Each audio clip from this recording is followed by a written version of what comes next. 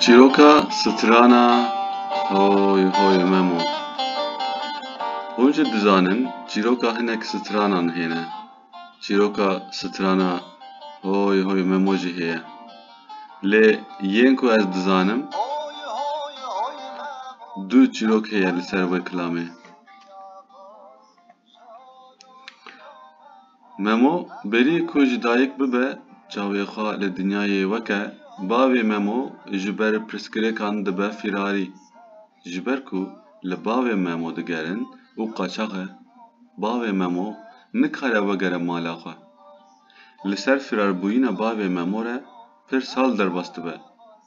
Memo ji dayîk dibe. Hema hema zaroktiya xwe diqedîne, nûcivantiya xwe dijî.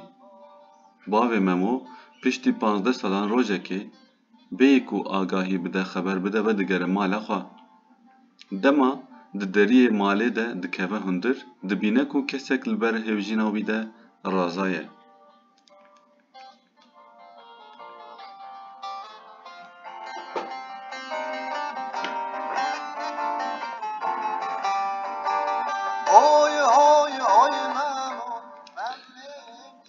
Li hemberî wê dîmenê bavê Memo xwebinda dike, har dibe. Bêyî ku ji hevjîna xwe bipirse, bêje ew kî ye, di ber xwe de şîrove dike û dibêje qey ev zilamek biyanî ye.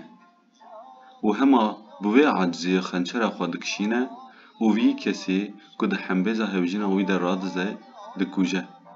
Wê gavê hevjîna wî dike qîrîn û hevar û dibêje: hey mala te şewitiyo, ew ê te kuştî kurê te bû. Piştî bûyerê bavê Memo dîn dibe û li çolê dikeve. Dayika Memo jî li ser cenazeyê Memo wê stranê dilorîne.